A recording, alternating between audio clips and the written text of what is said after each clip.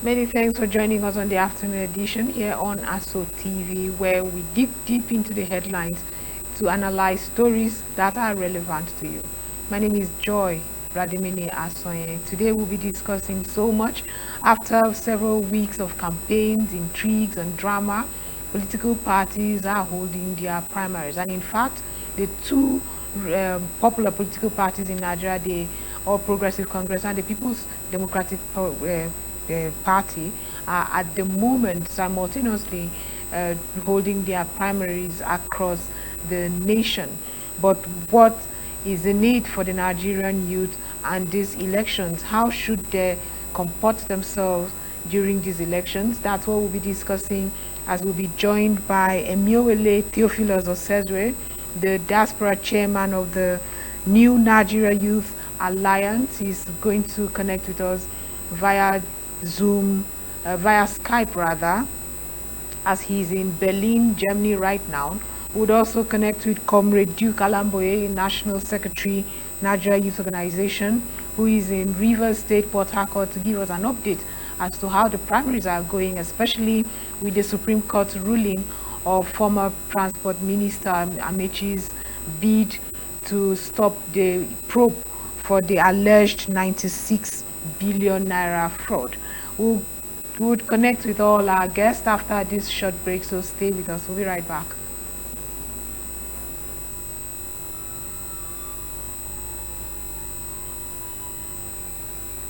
We are a nation blessed with people of diverse cultures, religions, languages, and opinions. It is ironic that we are now being ripped apart by our greatest strength, our diversity. We have allowed intolerance, insensitivity, bigotry, and nepotism to blind our vision of the greatness we can achieve working together as one. We may not have the same culture, nor religion, nor language, but we all belong to the same nation by the divine will of God. We did not choose to be Nigerians. Nigeria chose us. This nation is our divine heritage, and if we open our eyes, we would realize that what divides us pales in comparison to what unites us. And by the comparison and conciliation of our differences, we will grow until our differences disappear. Our unity cannot be willed by mere declarations, nor do we get unity by ignoring the questions that beg for answers. We must celebrate our diversity and debate our differences without fracturing our unity. Our strength is not in our numbers, but in our unity, because even the weak become strong when united. Nigeria unite. This message is brought to you by Abuja Broadcasting Corporation, owners and operators of ASO Radio 93.5 FM Abuja, ASO Television Star Times Channel 127, Free TV Channel 507, and UHF Channel 38. Welcome back from that break. We are being joined now by Emiowele Theophilus Osezwe, the diaspora chairman, New Nigeria Youth Progressive Alliance. Hello. Hello. So how is Berlin at the moment? Oh, Berlin is as beautiful as you can think or imagine. It's been a rainy day today, but it's getting drier and the sun is coming out. So Berlin is good. Well, I can imagine it's tempting. One of these days I should travel down there. But first of all, you are really concerned about the Nigerian youth. Why is that? And you are the diaspora chairman of a youth group that is not a political party. So can you just tell us, first of all, what this NNYPA is about? Oh, well, the main vision of the NNYPA is to build a new Nigeria. I mean, founded on the pillars of merit, equality, fairness, justice, and geared towards a sustainable development. This is the vision as put down by the founders, which every one of us is pursuing, aspiring to actualize. Okay. Right now, we're also being joined by Duke Alamboye. Comrade Duke Alamboye is the National Secretary, Nigerian Youth Organization, who would also tell us the updates as to what is going on in Rivers State at the moment. I know that the APC and PDP are holding their primaries simultaneously. Like my friend used to say, is everything cool and calm? So, Mr. Duke, first, before you start, I want to say welcome. Welcome to this program, yeah?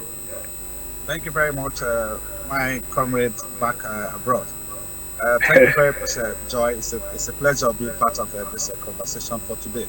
Port Harcourt is calm, and the political processes are all on in both political parties. And I can assure you that not only the bigger political parties in River State are up in gear, the other smaller political parties like the Accord Party and the SDP, they are also all of them carrying on their primaries and at various levels. Today, the PDP and the APC, to the best of my knowledge, are doing the primaries for the House of Representatives. The state is very calm and the political activities are ongoing. Okay, I'll now go back to Osejua, who would tell us now your political process in Germany must be very different from what characterizes us here back home. And you're most concerned about the Nigerian youth and how often they are used as tools to perpetrate the worst of crimes during elections. Now, can you, in comparison, tell us what Nigeria can do to ensure that our youths comport themselves well and understand the true process of democracy, which is a tool that the elections is about? Well, sometimes I want to see that a lot of people tell me it's extreme, though. I often see that there is no basis for comparison. But for the purpose of this exercise, we can allow the word comparison to be used. It's a case of two different words. While in the case of Nigeria, first and foremost, we must know this fact that the youth constitute a bastion of development, a bastion of new findings and innovations and forward movement in any society, because they have a lot of energy, they have a lot of power, they are still very strong, and they are futuristic. But then, this energy depends on how you put it into use. Unfortunately, in the case of Nigeria, because of course, without the youth, the politicians will not be able to achieve so they kind of bank on this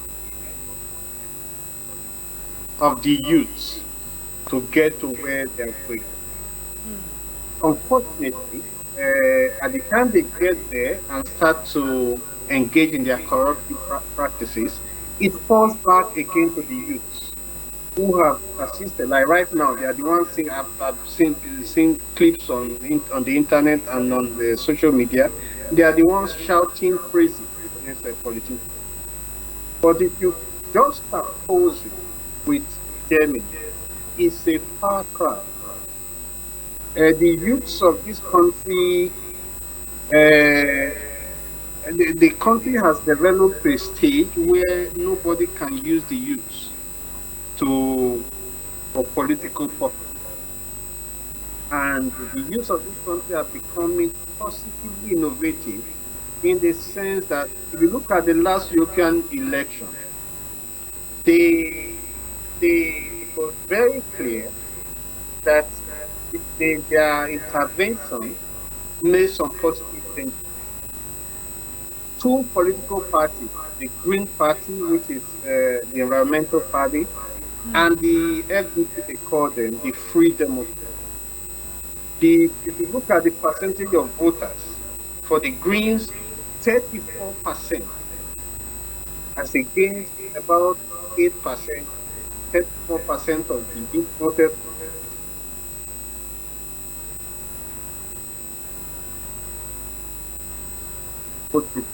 The same thing with the FDP, the Free Democrats. So at the end of the day, they were able to make this party form government with the major party, the SDP. So, to that extent, we find that they positively influence power and try to change status quo by active engagement. And of course, this, I don't know if I should continue. This, Please they go were ahead. able to. Sorry? Please go ahead. Okay, this they were able to do because they capitalized on the availability of the social media tools, as well as the present campaign by this young woman from Sweden, I think, this Fridays for Futures. So that program has been able to bring out a lot of youths, and that is what actually led them to vote in that number for the Green Party, which at the end of the day altered the structure of power as we have always known it. So Right. comparison. On the other side, on the side of Nigeria, the youths are employed as thugs. They don't. They are not employed to effect any positive changes. But on this side, the youths are influenced through social media and campaigns that are on to influence power to their benefit because they are probably fed up of the status quo. Okay.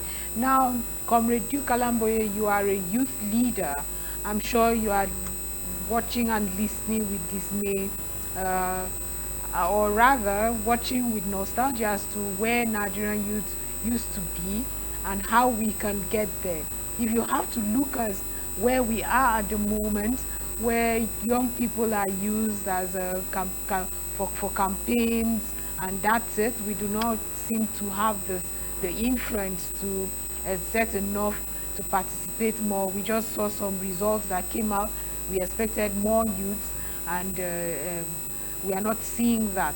How does that make you feel when you hear that in Germany we see youth more involved, and instead of going in the field and running around politicians, they are indeed engaging in a way that will change their country?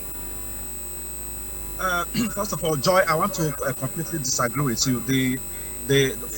From my findings around the country, most states that have done the primaries for state assemblies, and we have recorded more youths have emerged in the state level. Like I told you, the Nigerian youths this time around, we're going to engage very practically, and it will start from the local level. I can tell you from what we've seen or from what we've recorded, we're having about 70% of the local legislation occupied by youths. This I can give you firmly.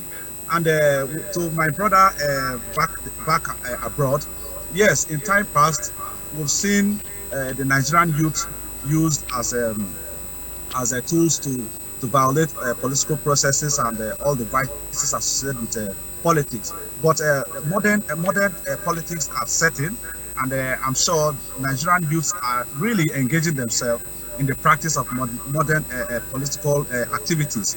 If you go to the social media platforms, you will see exactly what the activities we explain is what the Nigerian youths are doing. To my greatest surprise yesterday, while we monitored even the River State gubernatorial primaries of the APC and the PDP, before you could even announce the results, Nigerian youths are preoccupied trying to make sure these are the activities, the voting process itself is being on social media, such that you cannot influence or negatively bring out results. before even the end of the exercise, what people saw, so many persons viewed the processes on social media, and these are the activities, these are the areas we're engaging. And I can also put it to you that from since the 2019 down to this period of electioneering in our country, the Nigerian youths, we've been busy engaging ourselves in participation.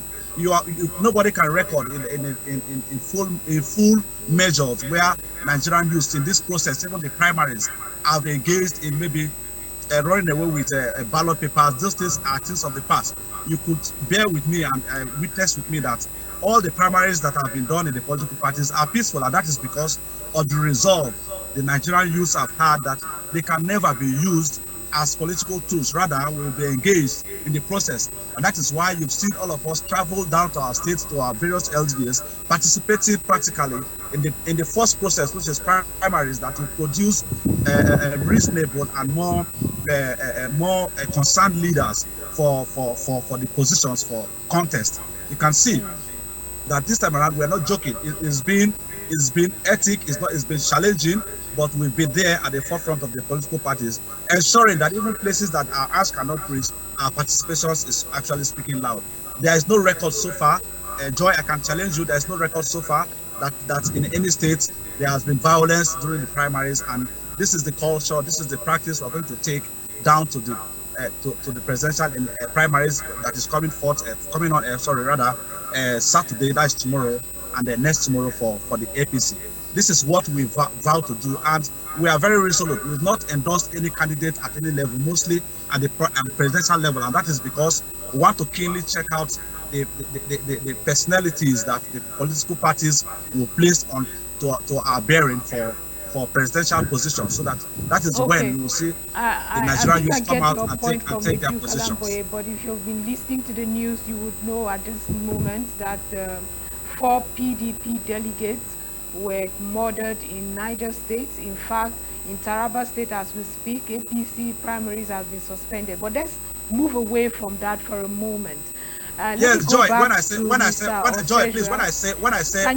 this is resolved, we are not saying that it is no come 2023 as they go to elect their leaders. Is there some credentials they should look at as the year approaches?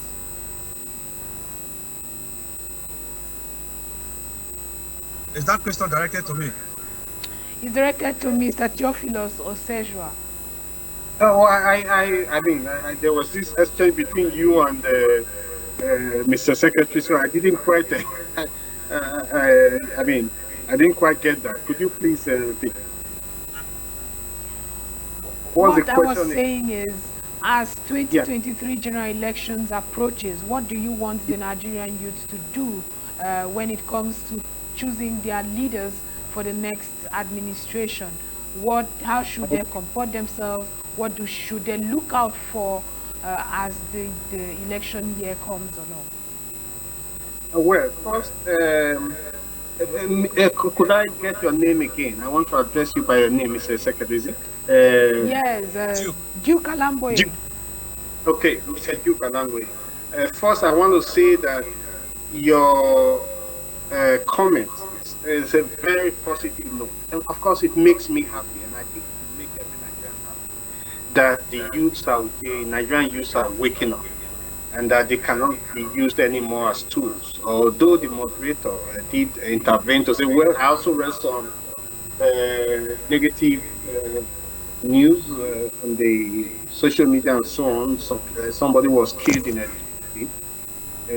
one of those PDP leaders and so on.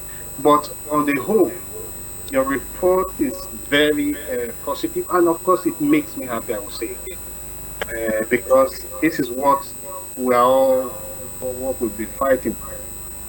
But having said that, we still have to continue to caution our youths.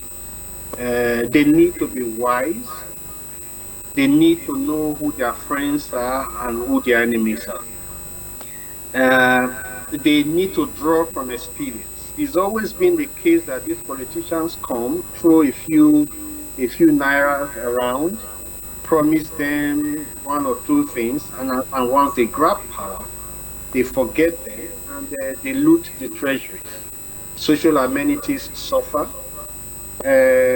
like education, healthcare, construction of roads or housing, and so on and so forth. So at the end of the day, the youths continue to constitute the aspect of the society that suffer the pain of the maladministration of these same people. They sang along and shouted along for and praised and helped to grab power. So my advice would be that this time, like you said, you have not endorsed any presidential candidate because you are watching, which is a very good thing. They should watch cautiously and know where they are going. The youth must not forget that they own the future, and supporting people who don't come in to work for their interest is actually destroying their future. So if one is able to continue to perpetrate this consciousness and let them realize it, then I think 2023 will be better off. So they must be wise, they must be conscious, they must watch from a distance and assess and know who is on their side, who is going to prepare their future, and they must refuse to be used by anybody. They must refuse to be used as thugs. They must not forget that most of the politicians who employ them as thugs for a few naira notes actually have their children studying abroad in safety. So that is what I can say for now. This is something we really have to impress on the youth so that they know what they are doing. Okay, Comrade Duke Alamboye, before we let you go, the Supreme Court, the former Minister of Transportation, that Right Honorable Rotimi Amechi, has just lost his bid with the Supreme Court. His legal battle seeking to stop the probe into his alleged 96 billion naira fraud and alleged fraudulent sale of valued assets belonging to Rivers State. You are a member of the All Progressive Congress, and at the moment you are in Rivers State. How are people taking this news, especially supporters of the former minister? Okay, Joy, I think there's mixed feelings in Rivers State and across board. The former Minister of Transportation is not only a Rivers man, he's a national figure, and around the country, speculations are ongoing. I agree with you that the court struck out this morning his appeal to stopping the panel, the Rivers State panel on investigation on the 96 billion naira fraud. But I also aware that the court went further to say that it makes no sense because in ab initio, neither Amechi is not even on trial. So the case could be substantive, except he is actually on trial. He's not on trial, it's just a tribunal, and he has his rights and to attend and not to attend the tribunal. So it has not affected anything until the court decide further. The case, his appeal was thrown up, but substantively, he has not been indicted of anything. It's just a tribunal, and the functions of the tribunal is to finding out the causes or facts of an existing issue. So at the moment, I want to encourage his supporters base and the country that there is peace. The court has not done anything contrary to opinions.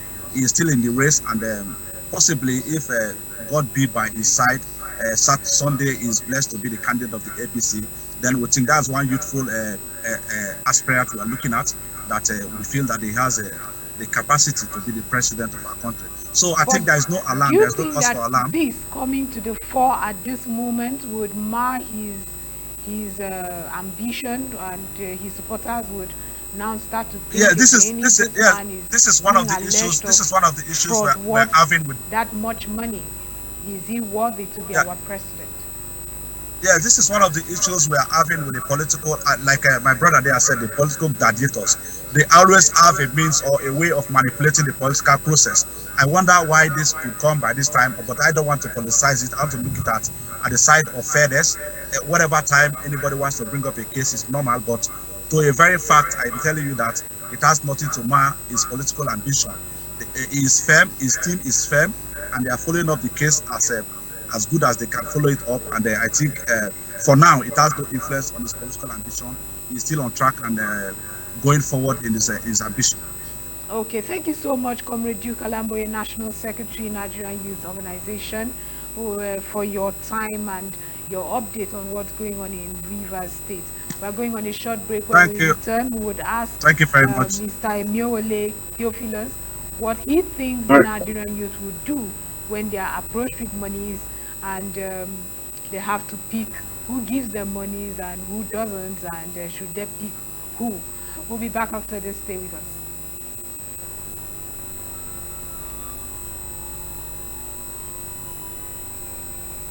We are a nation blessed with people of diverse cultures, religions, languages, and opinions. It is ironic that we are now being ripped apart by our greatest strength, our diversity. We have allowed intolerance, insensitivity, bigotry, and nepotism to blind our vision of the greatness we can achieve working together as one. We may not have the same culture, nor religion, nor language, but we all belong to the same nation by the divine will of God. We did not choose to be Nigerians. Nigeria chose us. This nation is our divine heritage, and if we open our eyes, we would realize that what divides us pales in comparison to what unites us. And by the comparison and conciliation of our differences, we will grow until our differences disappear.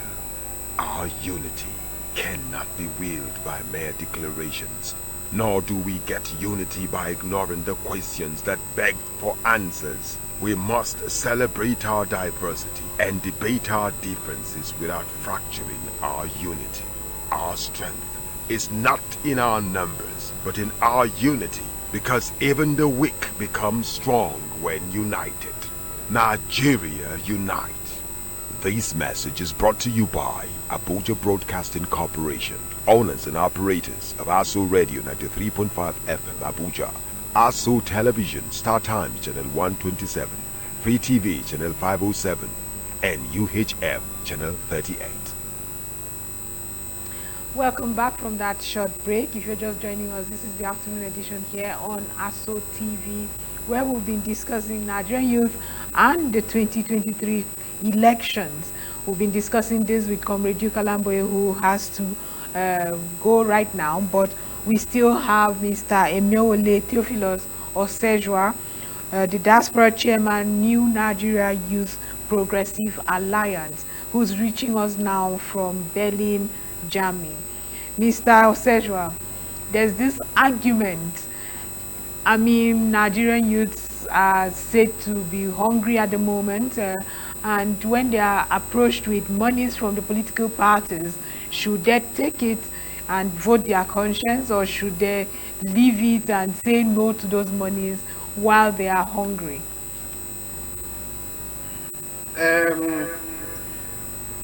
It's a complicated problem in this case.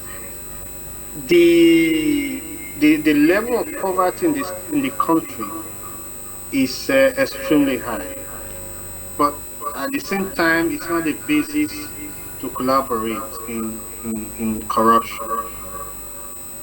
But this argument had been made elsewhere, that I remember in the last election, somebody told my mom and some of my relations back home that if the politicians came to them with bags of rice and salt and so on, that they should take them, because at the end of the day, it's actually their money. You know, that is this argument that has made the round many times. um, legally you say that the giver and the taker, they are both implicated at the end of the day. Exactly. Yes, but the hunger, the politicians, the ruling elites have so mastered the game.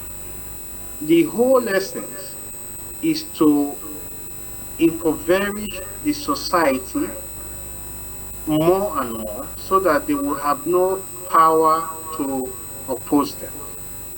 So what they do is they intentionally want to continue to perpetrate poverty, so that the people will not have the strength, the resources enough to challenge them. Okay, now let's talk about the New Nigerian Youth Progressive Alliance. You are Yeah, intentionally not registering this organization as a yeah, political party where I would have thought will wield more influence. You have a yeah. national spread, you have members across Nigeria, or across all 36, plus the Yeah. FCT, you have the structure. What is stopping you from taking that leap to register it as a political party and with your new Nigeria ideology now take over? So if you look at our goal is to increase awareness and youth consciousness for nation building. Sometimes you cannot predict where organizations like this one, from my experience, would end up. If you look at the Green Party in Germany, they started as a green movement, you know. So there has to be a body, because of our present state, there has to be a body that is, informing the people about the dangers of the politicians we have right now. So, and, then that enlightenment, that awareness, that consciousness to nation building is important. Because for now we want to stay clean. The one for now is trying to avoid active engagement in real political processes. First, let's create awareness. Let's inform the people. Let's direct the country. Let's attempt to build a new country with new structures and new philosophies. Then we can move forward from there. If I have to ask now, is there a reason why, if you have to, you and your leadership engage a lot of Nigerians, what would you say the challenge, the biggest challenge for the Nigerian youth is when it comes to actively participating in Nigerian elections? Like I said before, there is a deliberate conspiracy by the ruling elite to continue to disempower the youth. So I'm not talking just as an electorate now. I'm now talking about being voted for, taking leadership positions. Yeah, that's what I meant. I was coming to the point. Right. The empowerment is not there. They don't have the resources, and to run for an election, an elective post, you don't just go there and stand and call people. You need a lot of things. You have to move from place to place. You have to inform the people. You have to tell them what you can do, and so on and so forth. You have to position yourself. So I think most of our youth lack the structure, the political structure to put to come forward to seek elective posts. But you also have rare situations where you would have youths, because of their past records and they are well known, people will come out en masse to want to elect them for elective posts. But right now, the system is such that you need resources, you need support, you need some push, and those materials to position yourself for elective position is failing. The Nigerian youth don't have it. And that's why, and like I say, it's a deliberate conspiracy by the elites in power to keep them away from power so that they can continue to occupy that position. Now, what is the new Nigerian Youth Progressive Alliance doing about that? Do you see yourself someday garnering the support for a candidate that you must perceive has that credentials to take Nigeria to the promised land? Well, I hate to predict the future, but I believe that things will sort out themselves when we get to that level. But for now, we have a mission to reform measures that empower young and dynamic Nigerian youth, the prerequisite knowledge, to increase awareness, and so on and so forth. To leverage the power of the mainstream, digital and social media to increase the critical mass of voices of Nigerian discourse. So this is a foundational level, I must tell you. This is a foundational level, and it has to be concretized to a point. Then we'll now take off from there. Now, the new Nigerian Youth Progressive Alliance over the years monitor elections. If you have to predict, you just said something about the future, but I'm sure you would also still be invited to monitor elections come 2023. Are you going to just end at that? Are you going to also do more during the elections? And again, what is the stiff resistance your team often has when you go on these advocacy and awareness drives? Are Nigerians receptive to this new Nigerian ideology? You see, whatever we are doing now, let me say this, whatever we are doing now is geared towards, at the end of the day, it all adds up to building a good country. Why do we inform people? Why do we say that our goal is, to increase awareness? And then why would we take the pain to say, well, we want to go and monitor elections, like the youth leader who had left was also talking about? It's all geared towards one thing: making a better country. At the time you monitor, you don't give room to those who want to rig. At the time you inform, you alert people about the dangers of electing the wrong person or being allowed to be used as a tool to go and murder political opponents. So the biggest joy in this engagement right now, enlightenment and monitoring the election processes, is actually to come out with the best results. So at the end of the day, you have somebody there at the helm of power who will make a good leader, who will understand the failing social amenities and work towards improving them. So it adds up at the end of the day. It's all geared towards building a better country. And that's our mission statement. Yes, but you didn't quite answer my second question, which is, are you getting the necessary reception from Nigerians when you go on this advocacy tour or awareness tour? No, not really. I mean, people, the Nigerians are hungry for information. The places we go, we are well received, and it's working. It's really working. If I'm to go by the on ground or practical assessment of Mr. Duke, the secretary who has left us, you would agree with me that these little efforts we have been putting in is actually yielding results. It's not perfect yet. It has not reached 50% yet, but people are becoming very, very aware. I saw some video, some clips on social media where politicians went with bags of rice and money, and the youth rejected them and said, "That's not what we want. We want good government." That's not yet in Nigeria. That video was shot in Ghana. We are not there yet, would you say? No, it was shot. No, there was also one that was shot in Nigeria.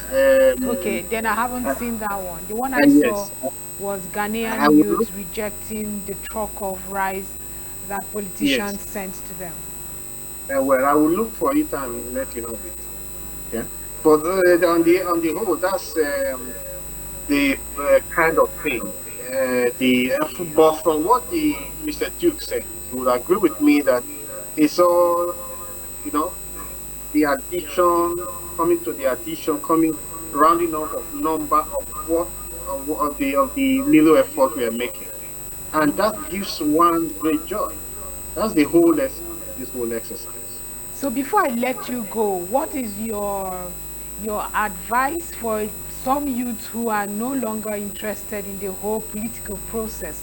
Some of them have not even bothered to get their PVCs to vote, and have decided not to be part of the electioneering process altogether.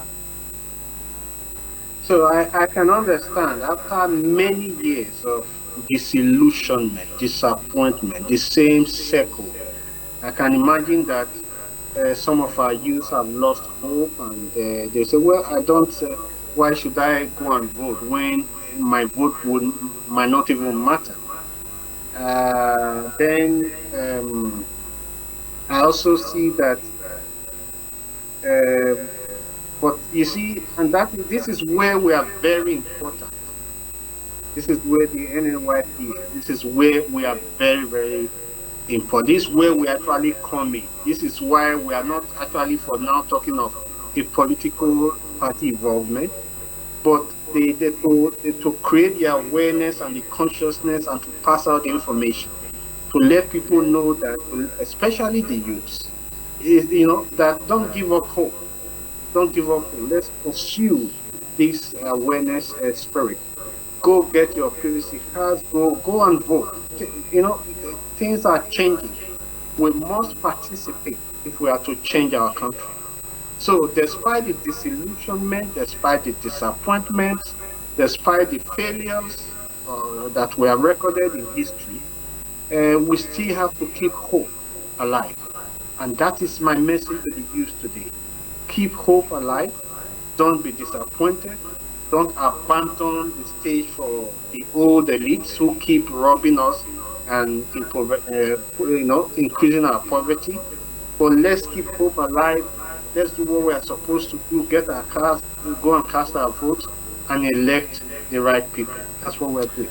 That's a beautiful place to round up the program today. We've been discussing Nigerian youth and the coming elections with Omiowole Theophilus Osejua. I do hope I'm pronouncing your names right. He's a diaspora chairman, New Nigeria Youth Progressive Alliance. Thank you so much for your time and your insight into how the Nigerian youth can indeed choose their leader come 2023. Thank you. Appreciate it. Thank you.